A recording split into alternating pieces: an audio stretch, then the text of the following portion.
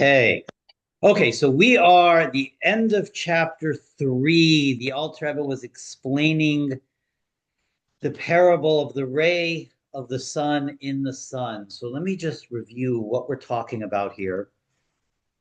And so this way it just will all make much more sense rather than just jump in. So the Alter Rebbe taught us in chapter 1 of Sha'ar Hayichud V'Amunah the underlying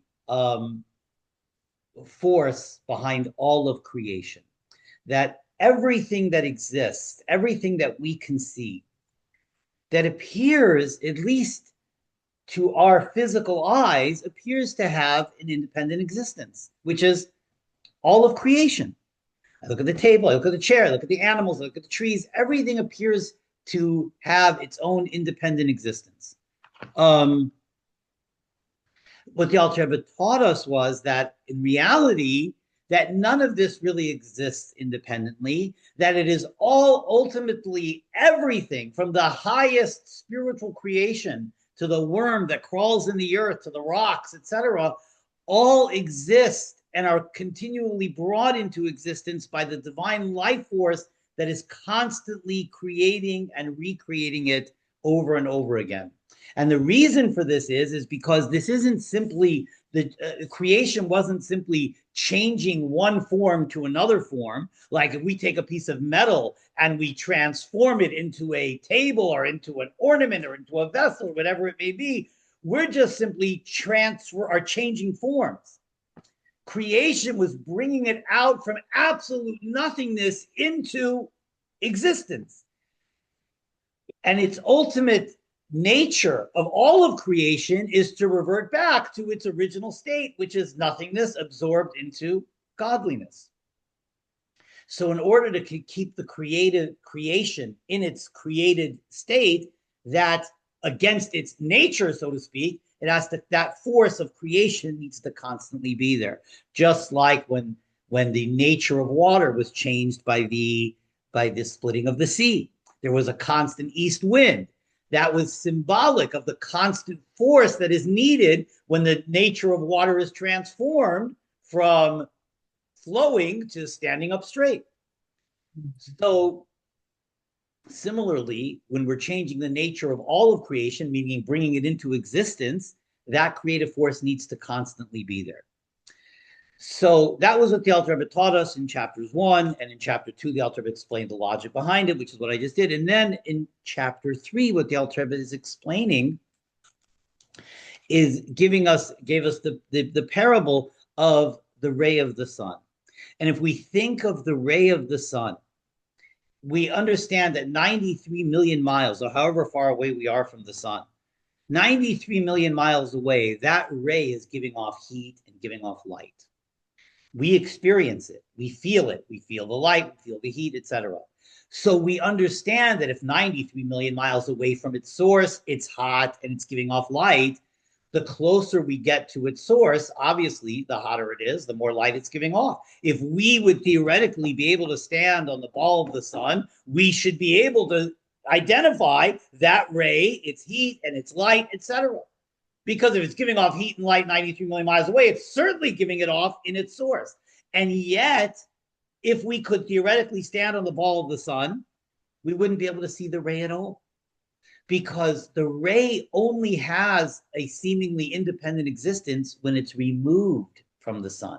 When it's in its source, it's completely absorbed back into its source. It has no independent existence. So that's the exact example, says the Alter Rebbe, of creation.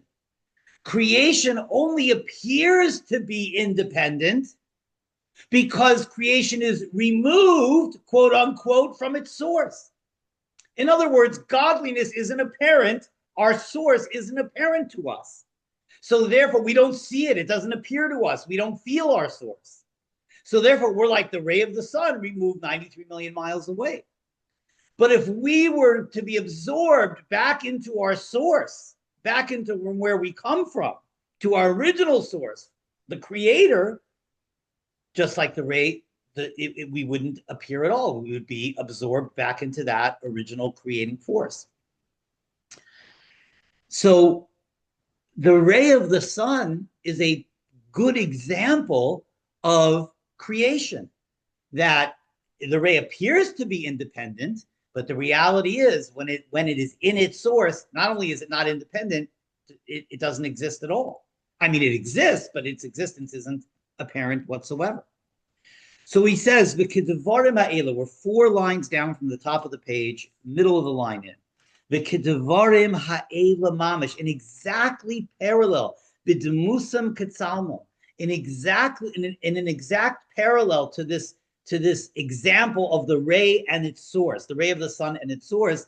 Heim koha bruyim lagabi shefa ha'eloki maruach piva shufei. Similarly, all of creation is like the ray, and that divine life force that emanates to them, that flows to them, is like the sun. Umahava esim, it is shofei alehem. Umahava esim, it is constantly flowing to them, this divine life force, and brings them into existence. Vahu makeiram, and just like the sun is the mucker, is the source for the ray, this divine life force, the divine life force of Hashem, is our source of what brings us into existence. Vahu makeiram, this is our source. Vehem atzmam einu rak kamei or v'ziv, and we, the creations, at every level of creation, all of the creations are like the or v'ziv. They're like the ray. Mispashit min hashefa v'ruach Hashem hashufeya u'mislavish b'teicham. It extends outward. The creations extend outwards from that divine force that is meluvish b'teicham, that is enclosed within them. And that divine force is what brings them forth from nothingness to something. But now there's something. Now they appear as something. Now we appear as creations. We appear as human beings, as animals, as plants, as tables, as chairs, etc.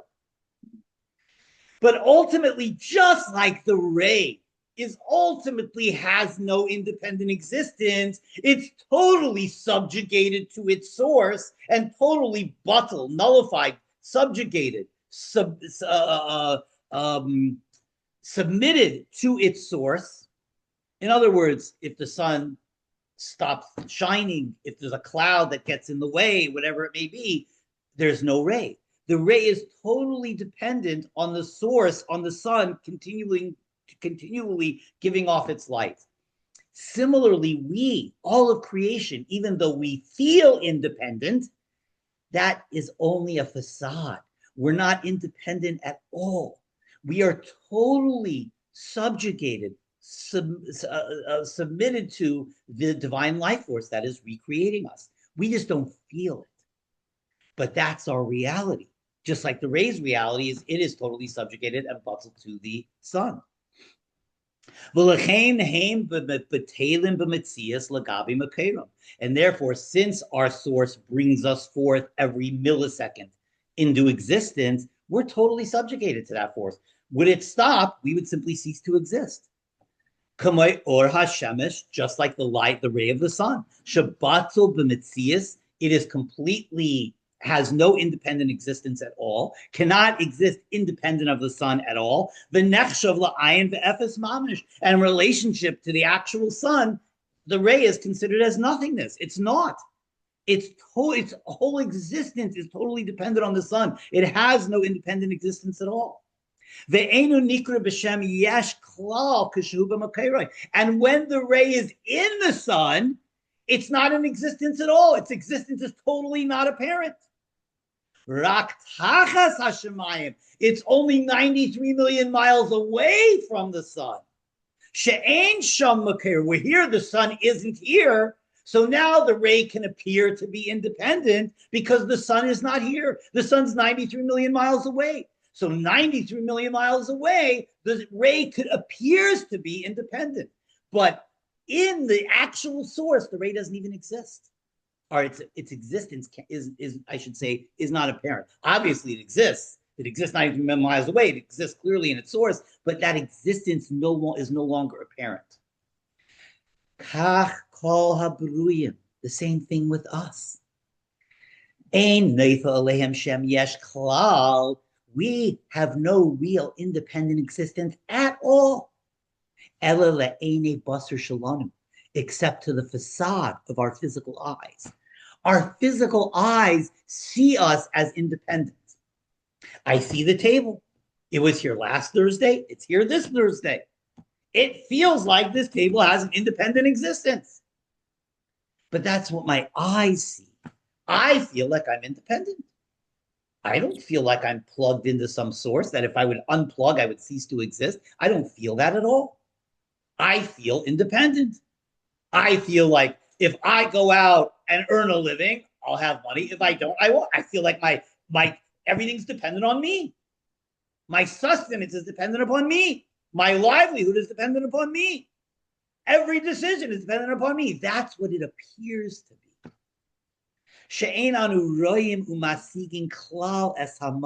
Because we don't see our source.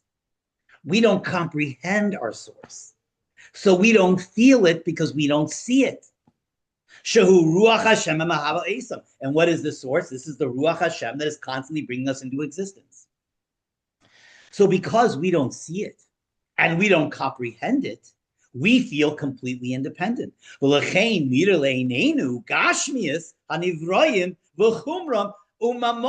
therefore, our eyes only see the most external facade of all of creation. We only see the physicality, the coarseness of the physicality.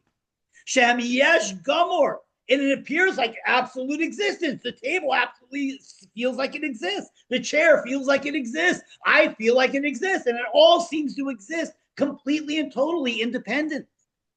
The ray of the sun, I understand, is connected to the sun. What's the table connected to? It doesn't seem like it's connected to anything. What am I connected to? I don't feel like I'm connected to anything. But we're exactly like the ray of the sun. Just like the ray only appears independent 93 million miles away, we only appear, but it's not really independent of the sun at all. We only appear independent because our source, quote unquote, or I should say our source is, quote unquote, 93 million miles away because our source doesn't appear to us. But, says the Alter Rebbe, it's not a perfect example. And this is what I alluded to at the end of last week. It's not a perfect example. Because the ray of the sun is actually 93 million miles away from the sun. Our source is actually right here. We are actually like the ray of the sun in the ball of the sun. Our source is right here. Our source is right here. We are actually in our source. So it's not a perfect example because the ray is removed from its source. We are not. Only our eyes perceive us to be. But our minds understand, and this is what the Alter Rebbe is teaching us, our minds understand what our eyes cannot see. And that is that we are immersed in our source right at this moment. We're like the child in the womb of his mother, debating whether there's life outside the womb. Does mother really exist? Right? We're the child debating that in the womb of its mother. Because the child doesn't perceive that womb. We don't perceive our source. And this is what the Alter Rebbe says, that this is not a perfect example. He says, Ein hamashal, he says, Arak shebezeh ein hamashal deimel nimshal. He says it's not a perfect parable. It's not a perfect mashal. It's not a perfect example, the ray of the sun to us. Ein hamashal deimel nimshal legamri. It's not at all similar, in fact, says the Alter Rebbe.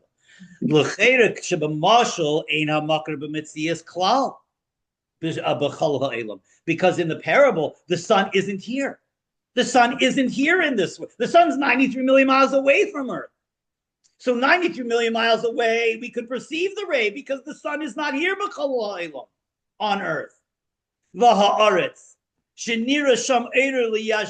So therefore, because the sun isn't actually here, the ray appears independent. But creation, that's not the case. We're not 93 million miles away from our source. We're actually right inside our source right now. Haim bim makayram tamid, says the Alter Rebbe. We are constantly in our source. Rak, the difference is, she'ein hamakar nira le'eni basar. Our source isn't perceived consciously. That's the difference. So it's not a perfect parallel.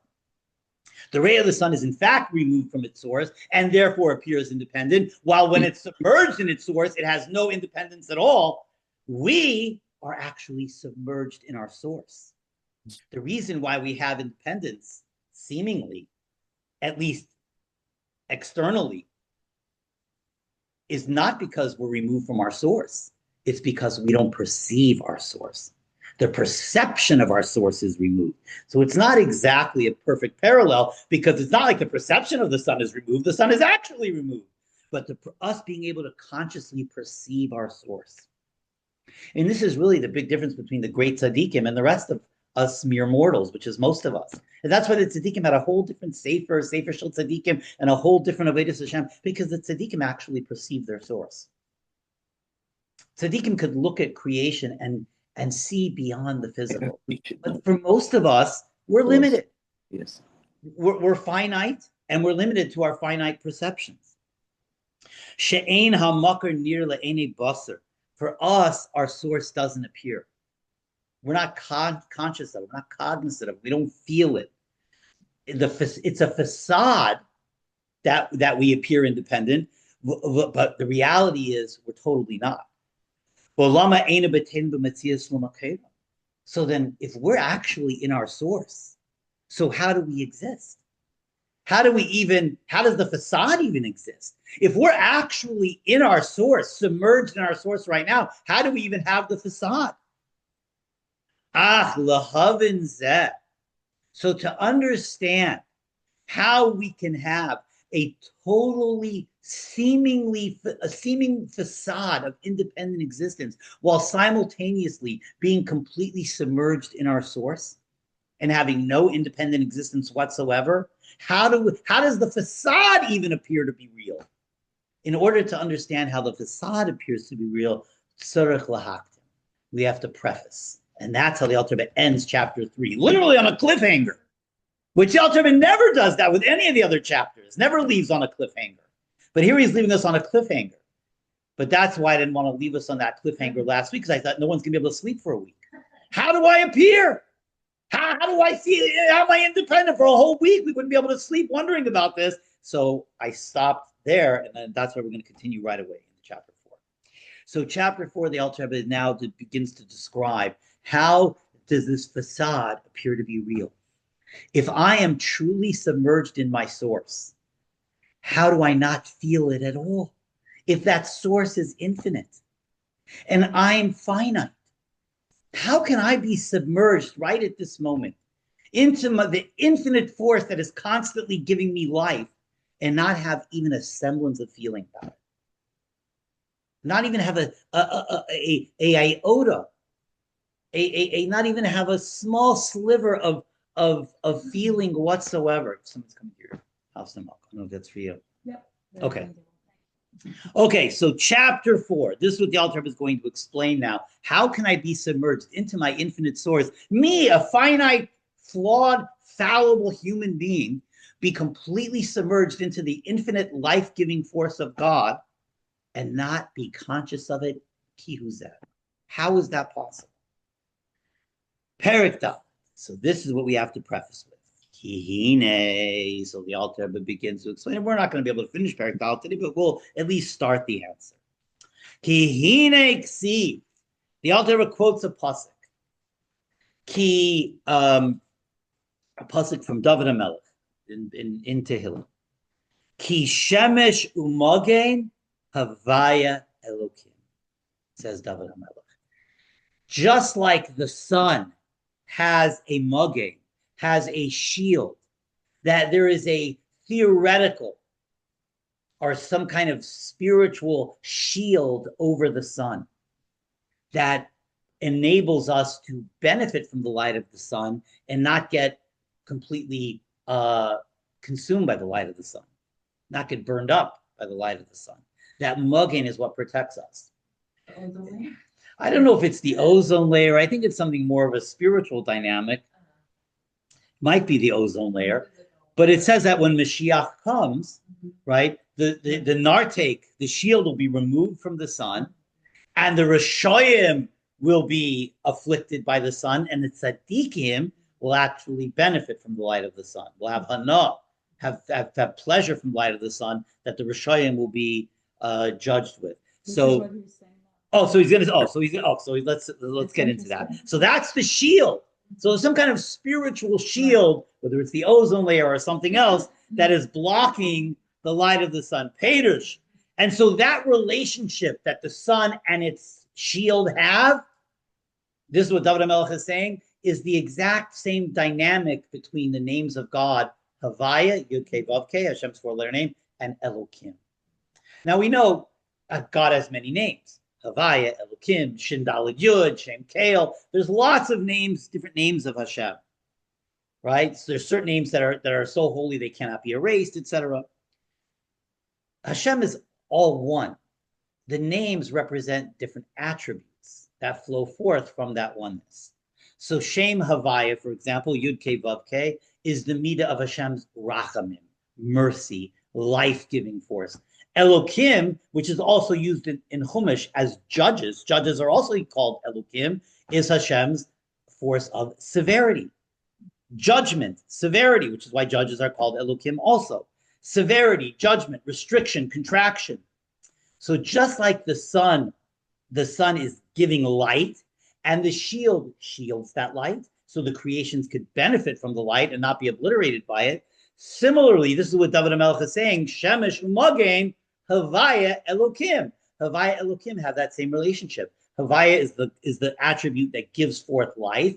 Elokim is what contracts that life force, conceals it, so that human beings can derive benefit from it, but not get obliterated by it.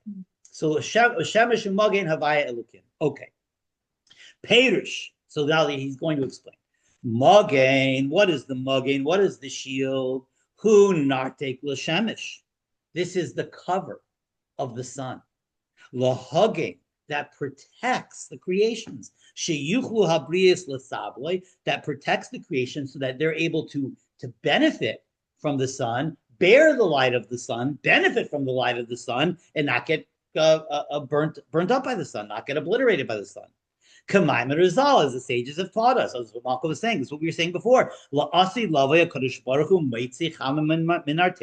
That in the future, when in the Messianic redemption, God will remove the shield from the sun, will take the sun out of that shield, Rishayim niduninba, and the Rishayim will be judged by it, will be punished by that light of the sun, and the tzaddikim will benefit from it, is how the Chazal concludes.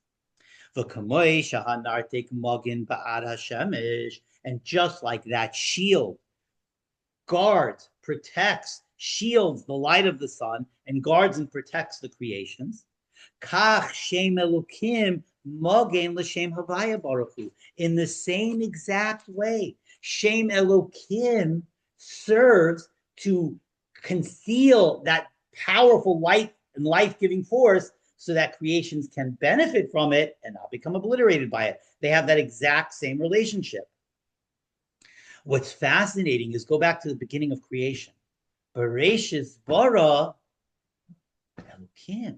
It should be Bereshis bara Havaya, right? Havaya is the life-giving force. But here's the thing.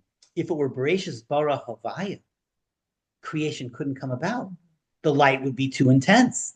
The light would be, oh no, someone was trying to get in and I just noticed now and they just went off. Oh. See, when you come late, I get so focused on the teaching that I don't see the waiting. I feel bad. I missed that person. So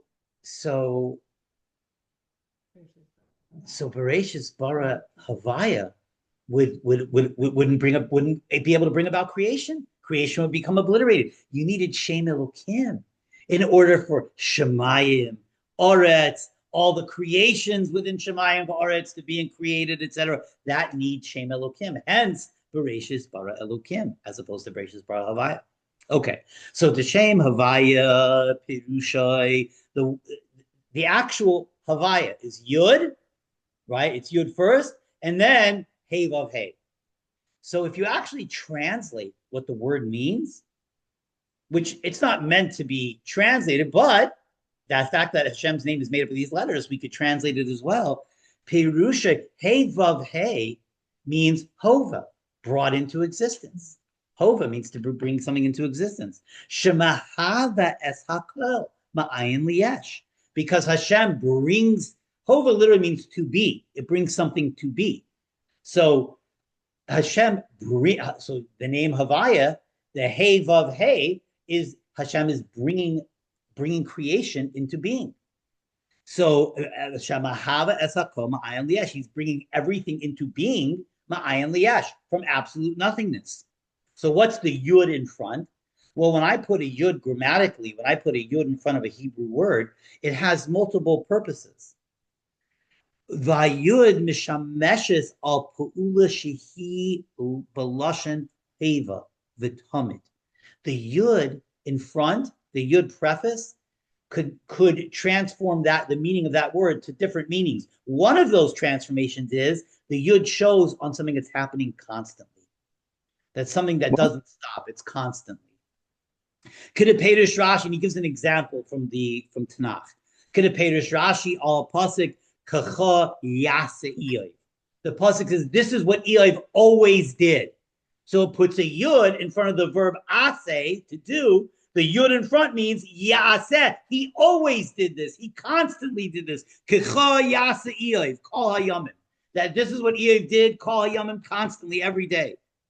And that's how Rashi explains. The yud in front is yasa. He always did this. So yud in front of the hey vav hey is being brought into existence. The yud in front is constantly. Yud, hey, vav, and hey, Hashem's name could be translated as the force that is constantly bringing creation into existence. Hainu achayis hanishpa b'kol rega mamish. This means the life force that is being brought forth every moment, literally. B'kol habruyim, in all of creation. Mameitzi pi havaya v'ruchai, that this extends forth from the mouth of Hashem, so to speak. Umahava esa me'ayim liyash. So this force, this creative force, flows forth from Hashem. Maybe it's a reincarnation of somebody who wants to learn Tanya.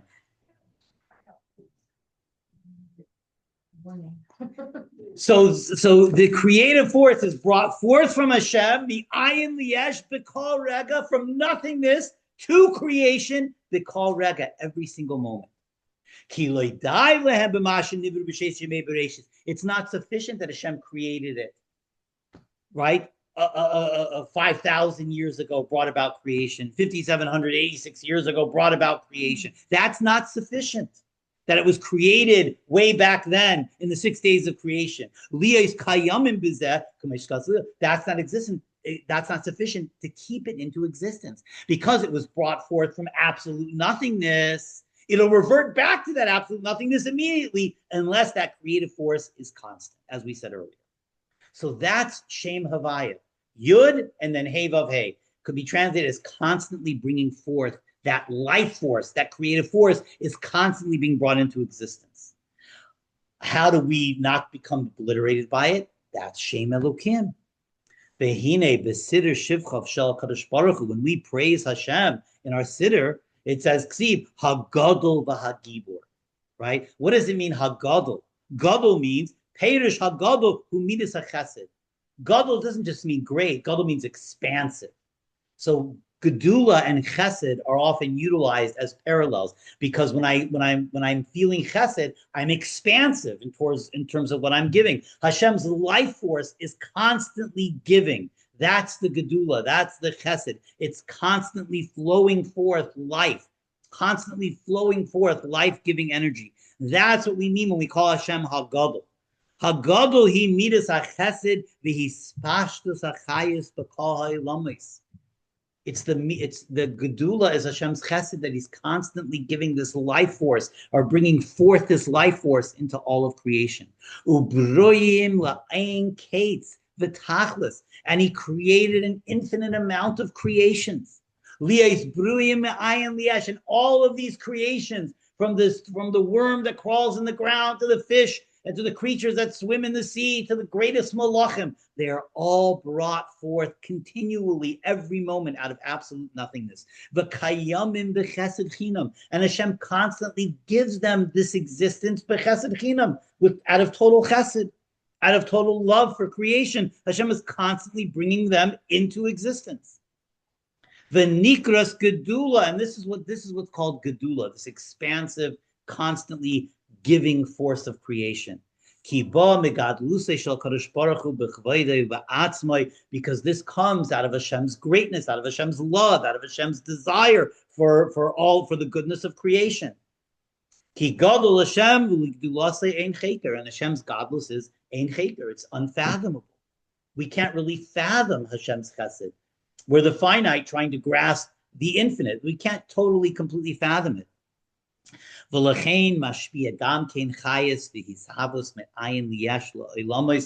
therefore, all of creation and all of the worlds, not just this world, all of the worlds are constantly created and brought forth into existence by this constant creative force. And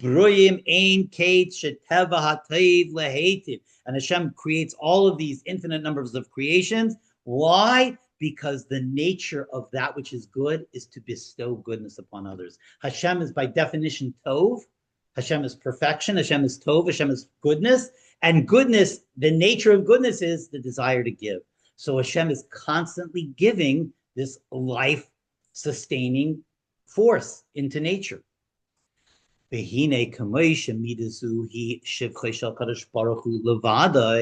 this capacity to give forth an unlimited life-giving force is obviously only in the capacity of the Creator. There's no creation that can constantly create. It's obviously something that is only within the capacity of the Creator.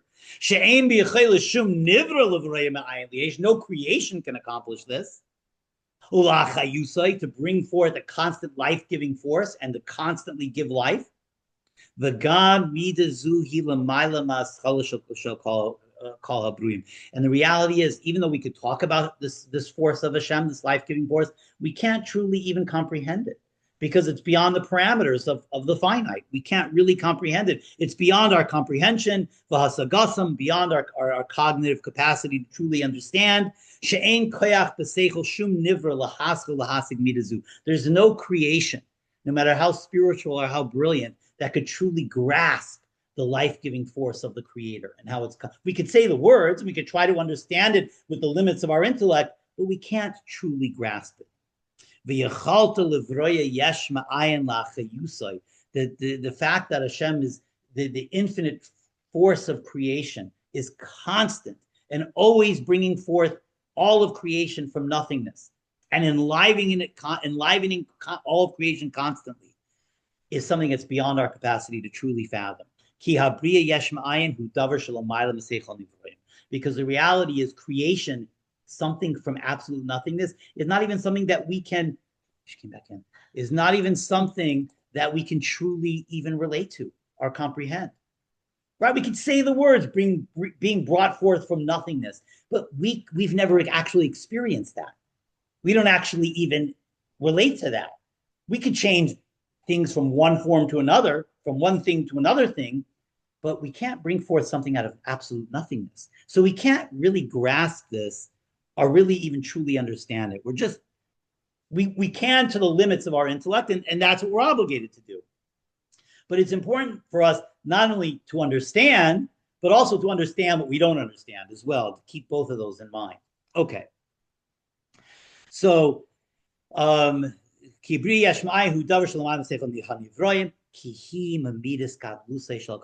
this is one of the infinite elements of Hashem. So obviously, we're the finite trying to understand the infinite. And Hashem and His midos are one. So just like we can't truly grasp Hashem because Hashem is infinite, His midos of giving life, His midos of chesed, His midos of gedula, His midos of shem havaya is one with Hashem. Just like He's infinite, His midos are infinite. We can't truly understand it. As the Zohar says, that He and His attributes are all ultimately one. That's what Iyu v'gamu ichad means. He and His kalim, He and His garments are one. That's the literal translation. The gamu is garments, but the garments here means Hashem's attributes. that which he encloses himself in to relate to the rest of the creation. And just like no creation can I'm going to run out of time here. Just like no creation can truly comprehend the Creator, we can't truly comprehend our Creator. We can't truly comprehend His attributes either. And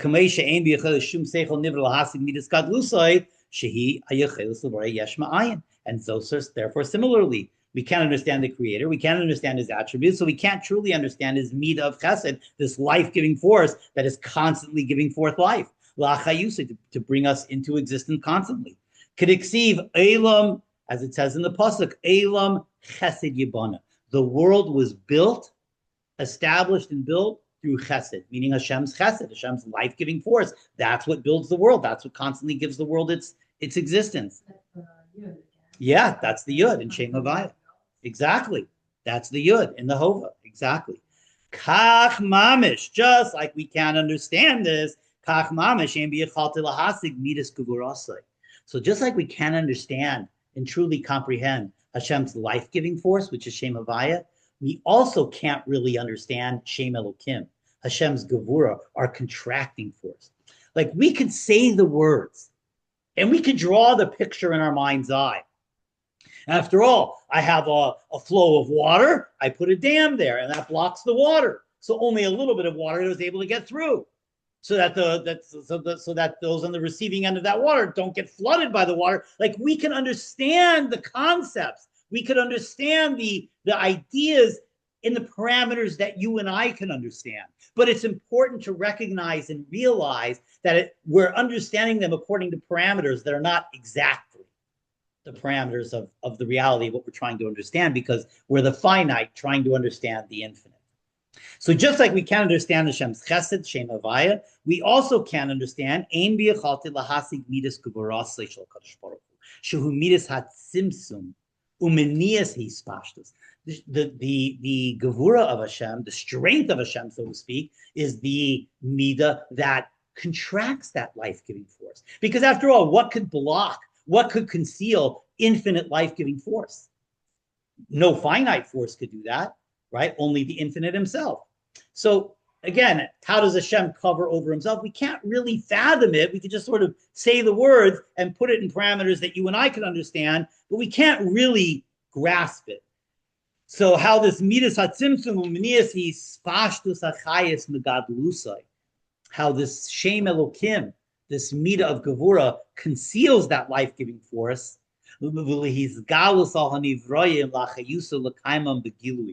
so that prevents that unadulterated, unfiltered gedula, unfiltered chesed from Hashem from descending upon creation, and which will just obliterate all of creation. Ki'im, the only way that life-giving force can sustain creation and not obliterate it is behester panim, is when that life-concealing force is concealed from creation.